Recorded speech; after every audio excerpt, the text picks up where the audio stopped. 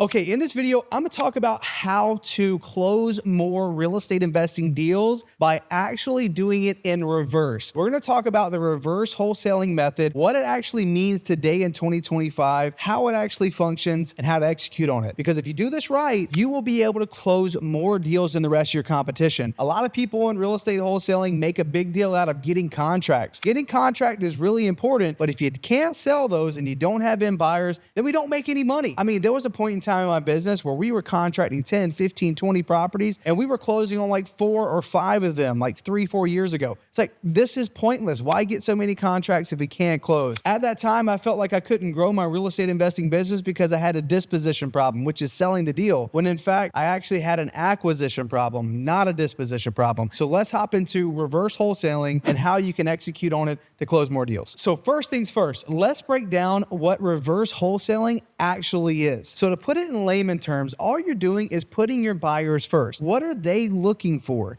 Your wholesaling business is basically a deal finding business. You are a deal sourcing business. All you're doing is filling orders for what your end buyers are looking for, and you make a middleman fee. So if you're reverse wholesaling, instead of finding the deals and then finding a buyer, you are finding the buyers, then finding the deals for them. So now when I say this, a lot of people get it mixed up. They're like, oh, I am gonna go spend hours and hours and hours building out a buyer's list, and then I'm gonna go try to find deals. Well, the challenge is if you're not already kind of doing both, you're gonna go find deals, and then by the time you actually find a decent opportunity, you reach out to your buyer's list and they're gonna forget who the heck you were. So ideally, you do this in a way that's just a little bit more fast track. So this is how you do it. So first, as you break into any sort of market, you wanna find yourself a JV partner. So a JV partner in that area has already done the work for you. They already have the hundreds and hundreds and hundreds of people that are real end buyers. This is the fastest way to go start doing deals, especially breaking into virtual wholesaling, which is like the way that I do my business. I'm here in Phoenix, but I primarily do my deals in Dallas and in Atlanta and in Orlando. So when I go try to break into a new market, I know I got to put the buyers first, but I don't have those buyers yet. I go find a JV partner that already has those buyers, and I simply ask them, what are your buyers looking for? What deals are selling? What are the parameters behind those deals? What's the age of the house? What's the square footage of selling? What's the neighborhoods or zip codes I should stay out of? I'm going to ask someone local that's already selling deals there what's actually moving, and then I am just going to go start finding those deals. Now, step 2 of this process, as you have started to put your focus back on the deal acquisition side and you're pairing up your business with a strategic partner that is helping you sell your deals, you will 100% be able to close more deals when you've done it this way. But this should not be the long-term solution. Long-term, you should be building out this buyer's list while you're doing deals and sourcing them with your JV partner. Here's my favorite tool to find end buyers. This tool is actually called Investor Base. So Investor Base, I believe it's like $250 a month, but it's hands down been one of the best softwares that I've used. And guys, this is not an affiliate plug or anything. It's just what I use to find like real end buyers. One of my biggest buyers in Atlanta came from using Investor Base. They gave me his cell phone. I reached out and he was actually really cool. It's a real tool that I use. Use it as you will. If you can't afford $250, it's okay. Find a JV partner until you can actually afford to spend the $250. But once you can, check this out. So this is the deal that I recently did in Mesa. What I do in Investor Base, I can type this in and say, you know what, give me a 10-mile radius, anything over the last year, and just give me fix and flippers, not landlords, not people who are doing buy and holds. Okay. So I can hit search. And what this is going to do, it's going to pull out 10 miles around my property, and all these people are just fix and flippers. The cool thing is, if I go to search, I can say, give me the skip trace data too. So when I do that, check this out. It actually gives me addresses for properties that have sold, but more importantly, it gives me the name of the person on the LLC and their best contact phone number, which is awesome because most of your buyers are going to be LLCs. So giving you the phone number is a major hack, but it also tells you how many flips they've done in this zip code. Check this out. Main Street Mobiles have done 5 flips in this area over the last 12 months. I know Main Street Mobile. Shout out to Kurt and Dan. They're Main Street Mobile Homes, so I know who these people are. And I know they do a lot of mobile homes. This is an easy way to start building out your buyers list. Now, what I said again, when we're reverse wholesaling, we're finding our buyers first and we're sourcing deals for them. My JV partners probably already know most of these people, but long term, I'm going to want to be able to sell my own deals so I can retain more of my own profit. If I'm reaching out to real end buyers, buyers and I'm giving them phone calls and I'm asking them what they're purchasing, which by the way, guys, the script that I use to call buyers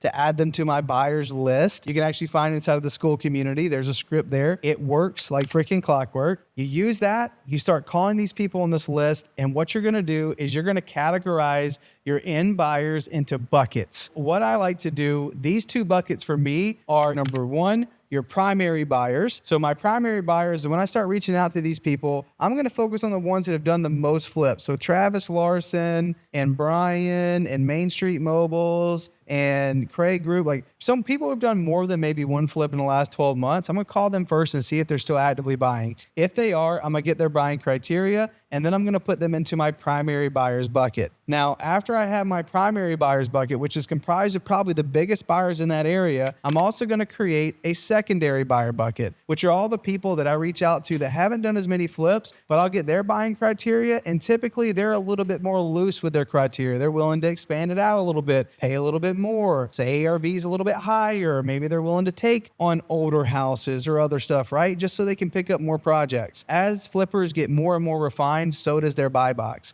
So I want to have a secondary buyers group that may just be willing to expand out a little bit to sell the deals that typically don't work for my best buyers, right? So in this real estate investing business, if you want to sell more deals, guys, there's so many ways to make money in this. And the problem is when we're sourcing leads is a massive gray area. We can't control the type of lead sometimes that comes in. Maybe it doesn't fit the criteria of my primary or my secondary buyers. Guys, I'm willing to say no to a deal. Sometimes the best deal is a no deal. If it doesn't fit my primary business, we only have limited focus. I can look at wholesalers and real estate investors have been doing this and been trying to break free, and they basically are on this roller coaster ride of revenue. They do a deal in a month and then they don't do another one, and maybe they do two in a month and they go multiple months without a deal. It's because they're not focused. I know exactly what my end buyers want and what they're looking for. So I simply just go find that. So yes, it's harder to find those deals. I can't just go contract any property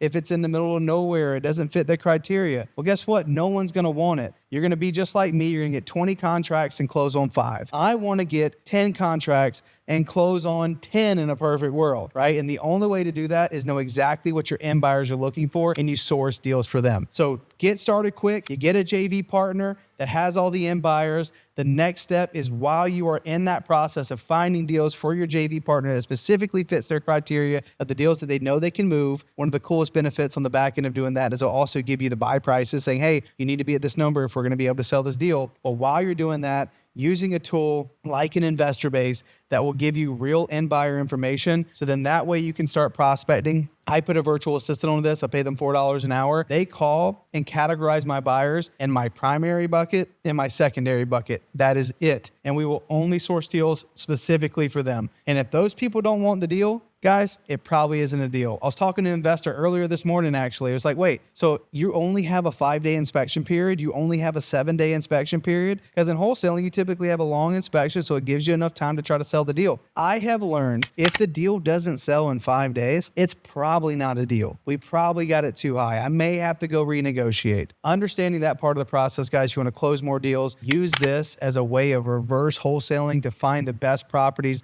that will actually move and get you paid. So then you can optimize it and you can scale it. So if you want to see the buyer script, it's in the school community. You can find that link somewhere in the description. Thanks for watching this video. I'll see you in the next one. Bye.